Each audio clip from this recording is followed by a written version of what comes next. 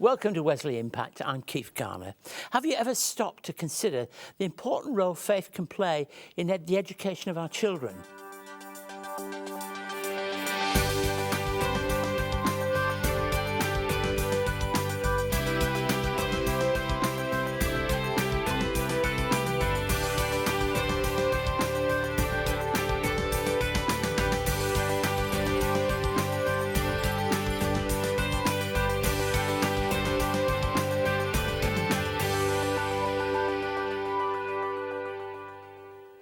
I'm looking forward to sharing this time with you again once more.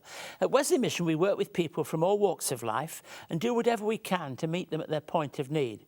Whether it's through our homeless services, family work, church and congregational life, aged care, and any other area, we do all we can to extend a hand of welcome and provide a way forward. We do this because every life matters to God and every life matters to us.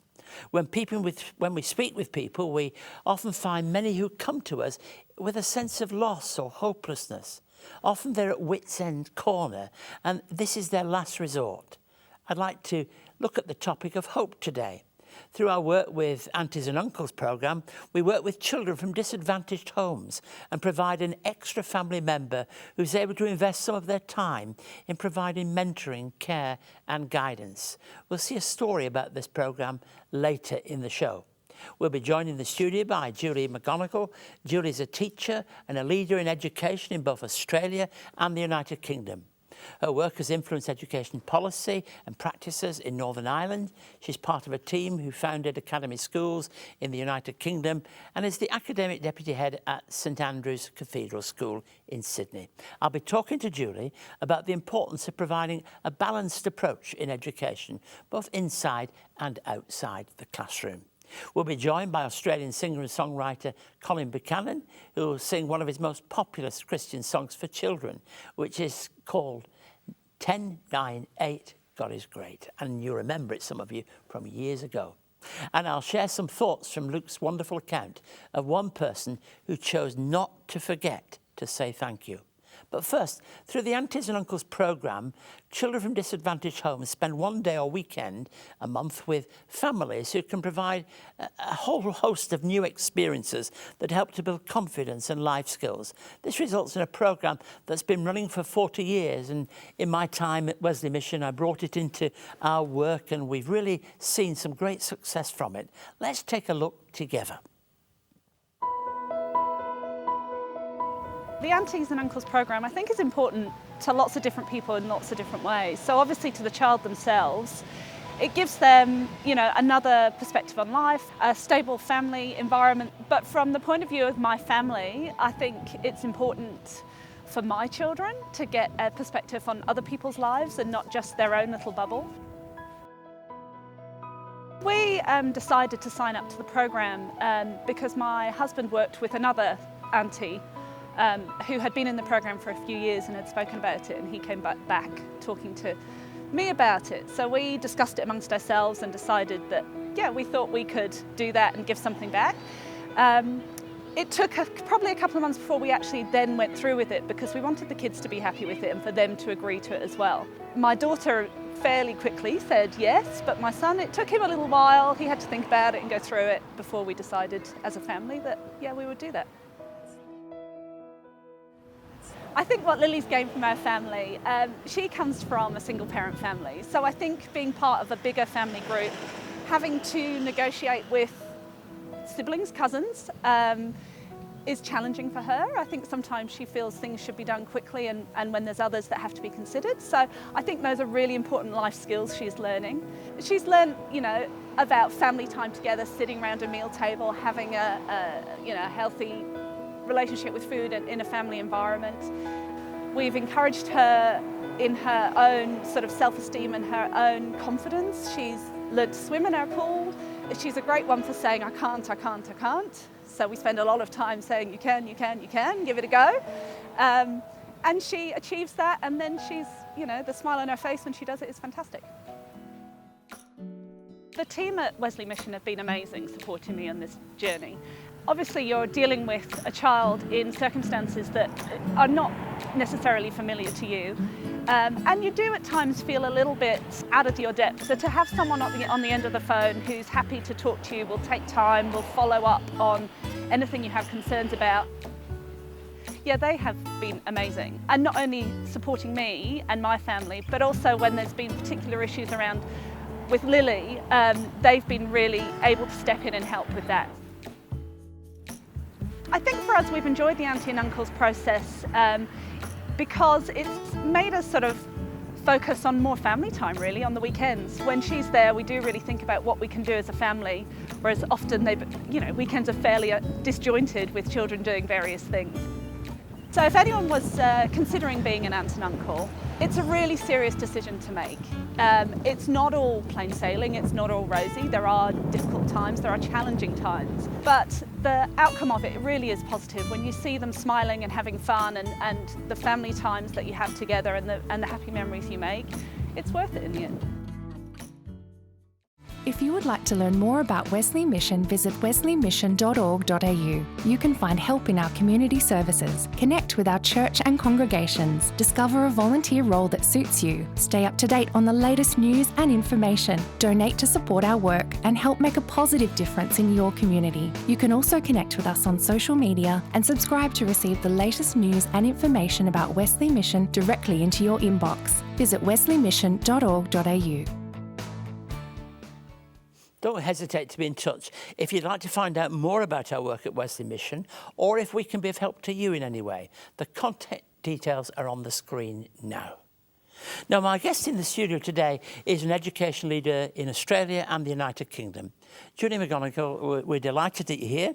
She's been a teacher for 17 years and her work it's been a speciality really of bringing religiously segregated schools into integrated schools where religion is part of the DNA of a teaching and school culture and influencing teachers now all across the world. Welcome, Julie. Thank you for having me. Now, look, you're academic deputy head at St Andrew's Cathedral. It's a great title, you know. I think we'd all like it. What does it really involve? So in 2017, I came to St Andrew's Cathedral School as the academic deputy. John Collier, the head of St Andrew's Cathedral School, had been on study tour in the UK a few years before that, and he'd met me there. So that was the link. And he was very interested in how we use data in the UK in order to improve the quality of teaching. And he was very interested in how the Christian ethos had impacted the quality of teaching in the school I was at. So he invited me to come over to St Andrews and to share some of the findings that he had seen in the UK schools over here. And has that actually happened? You've started to see some of the benefits of doing that? Yeah, so we started a data program and using that and the creation of data dashboards. So that's been one of the things, and then we've put in what's called a teaching cycle and brought some of the new findings in research into St Andrews. Does that mean, when you say teaching cycle, that things are taught in a particular chronology rather than just everything? What does it... Not especially a particular chronology, but just looking at what does the evidence say will impact the efficiency and the effectiveness of learning for young people. And are you taking lessons back to the UK as well from here? Yes, very much so. So I think the two contexts definitely fertilise each other, and a happy medium is found somewhere in the middle. Yeah, that's great. Yeah. Now, we're talking about religiously integrated schools, and the history of education in Britain and Australia is different to some extent. There's certainly the impact of religion on schools in the UK, but here it's massive in terms of those areas of life. What's the main difference between the two when you talk in those terms?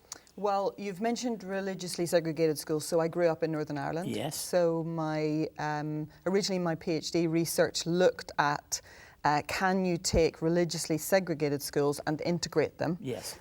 So that was one of the contexts. Over here, it's been slightly different in that religion is not part of the public system, so they've had to take independent schools have been set up in kind of separate to the public system, which is different than the UK situation. Yes, yes. And what do you think the real challenge is for people who are wanting to have a Christian ethos in a school and yet, not being proselytizing and trying to make it? What's the real challenge?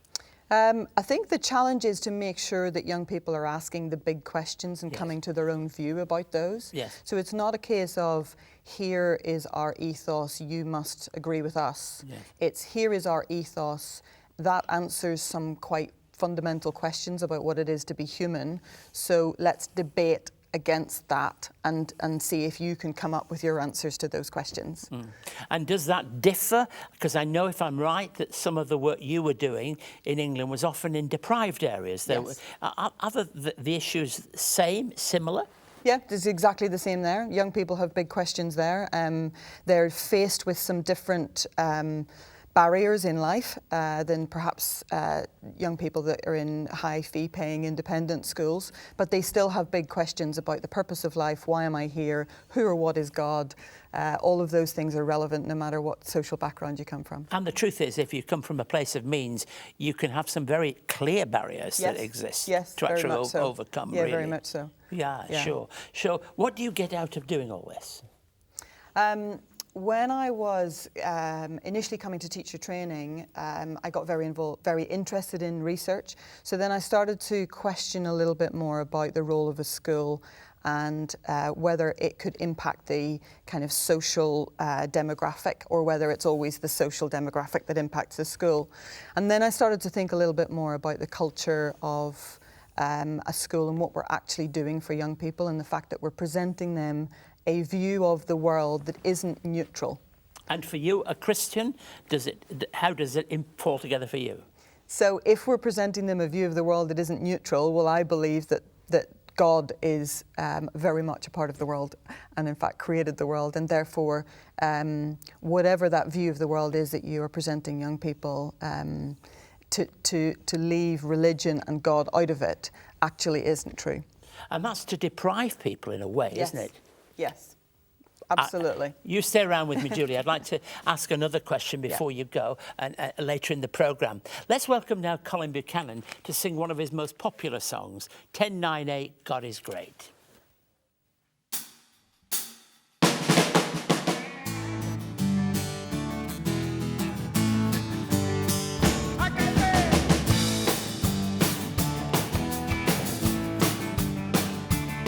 We go 10, 9, 8, God is great. 7, 6, 5, God's alive. 4, 3, 2, 1, He's the King of everyone. God's the mighty, mighty Lord of all. We go 10, 9, 8, 7, 6, 5, 4, 3, 2, 1, 0. Blast off. 1, 2, a buckle march. 10, 9, 8, God is great. 7, 6, 5, God's alive.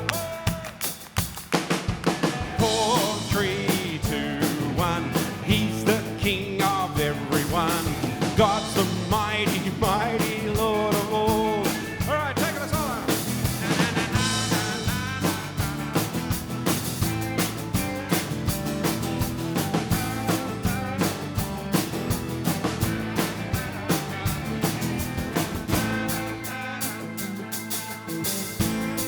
Here's the echo.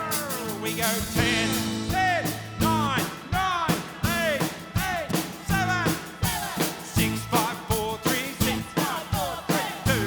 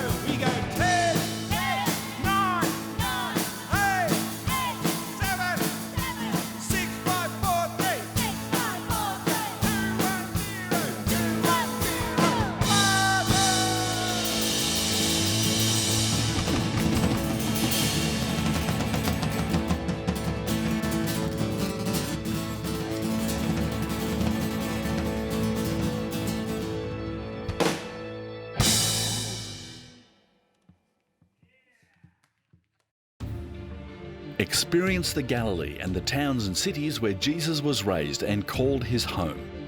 Capernaum, Nazareth, Tabgha, Magdala, Caesarea Philippi, Bethsaida, Tiberias, and of course the Sea of Galilee all feature in this 6-part series as Keith Garner explains the first century context of biblical events.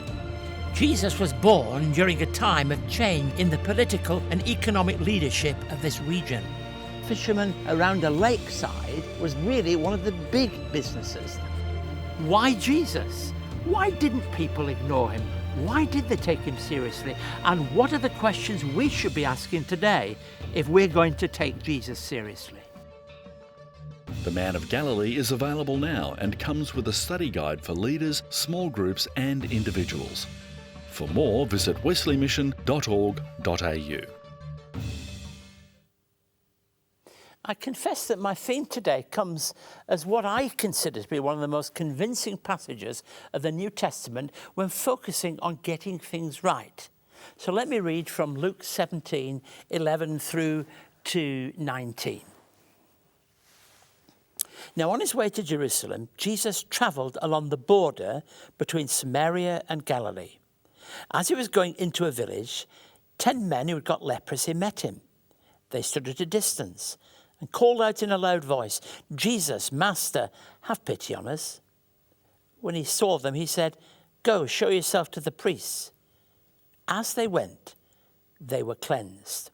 One of them, when he saw he was healed, came back praising God in a loud voice. He threw himself at Jesus' feet and thanked him.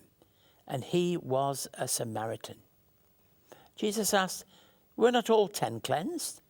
Where are the other 9? Has no one returned to give praise to God except this foreigner?" Then he said to him, "Rise and go. Your faith has made you well." 10 lepers saw Jesus coming. I mean, there's something about this journey motif, this travelling motif in the Gospel. Certainly this is on a journey once again. Lepers, and if you've ever had the opportunity to see a lepers, my wife and I in India went to see a leper colony and to see people feeling that they had to be cut off and separated from the rest of the community. And this is certainly what was happening here. They stood together in their difficult situation.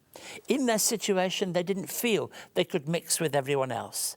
They reach out and they beg for mercy.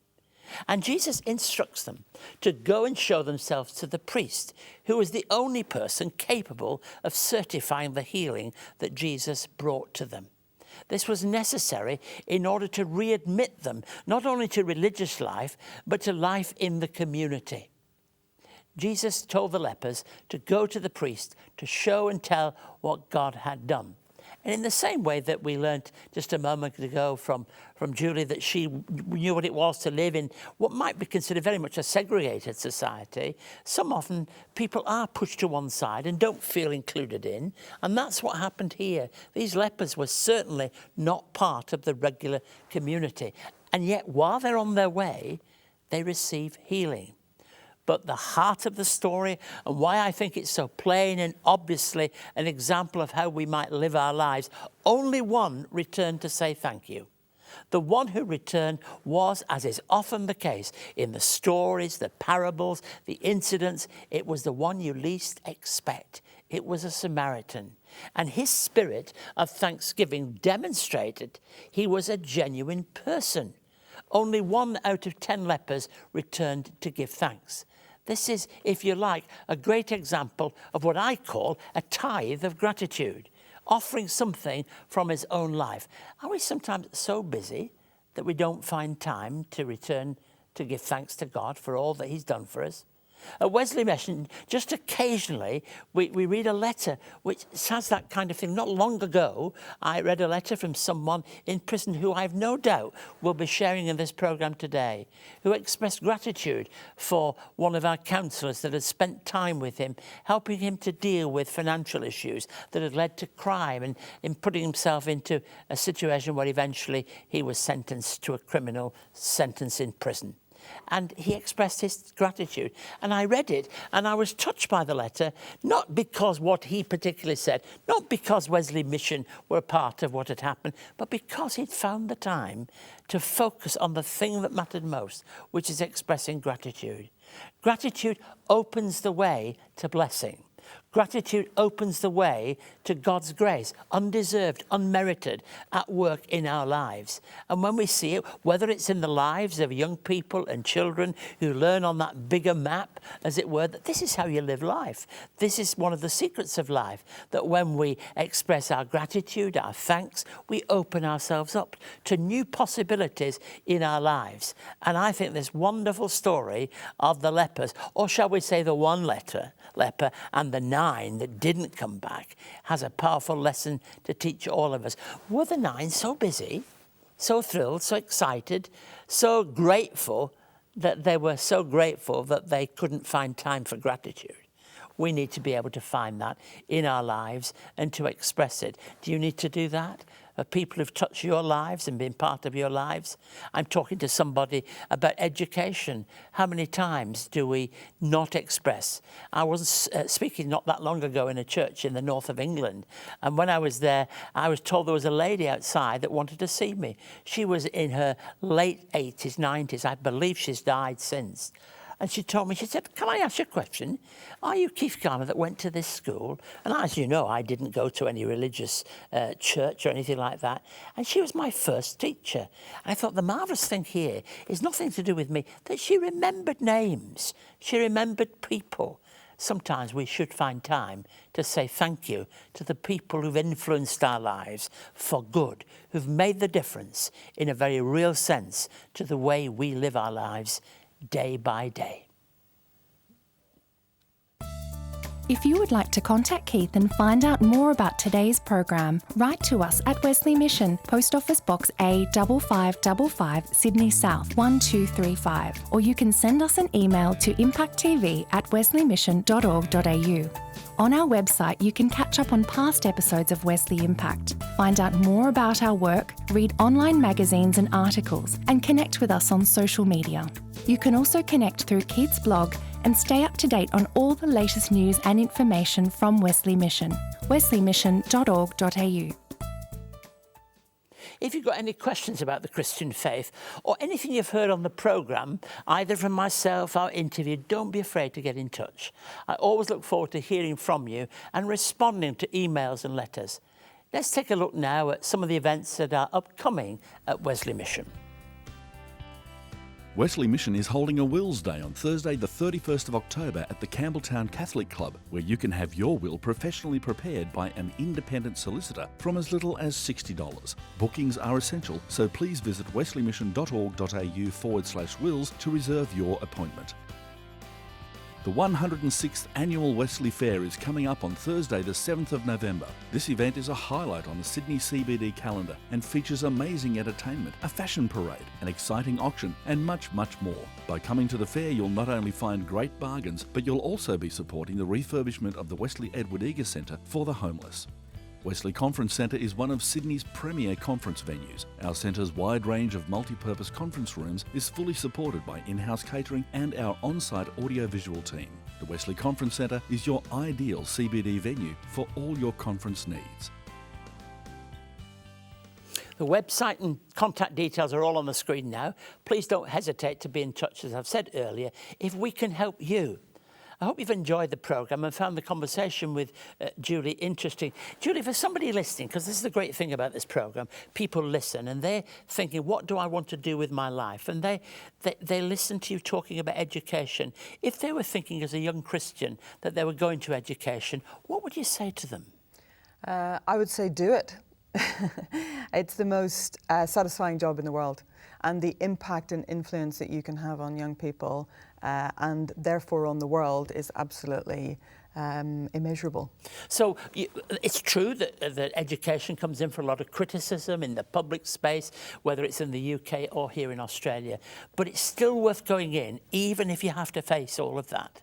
Yes, I mean, the sad thing is you often hear from those who are complaining more loudly than you hear from those who are satisfied, because those who are satisfied are just getting on and doing it. And I think if you talk to a lot of teachers today, they would tell you just how much they are satisfied with their job and they enjoy the impact that they have on young people. And you obviously enjoy being involved in education. That's so obvious. And so we're grateful that you've given us the time to talk to us today. Thank you once again for that time, but also for those of you that join us each week. We're delighted that you've chosen to be part of Wesley Impact. And I look forward to seeing you again next week. God bless you.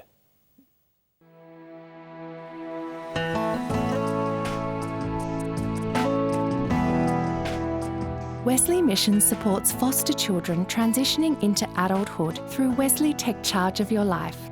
To find out more, visit wesleymission.org.au.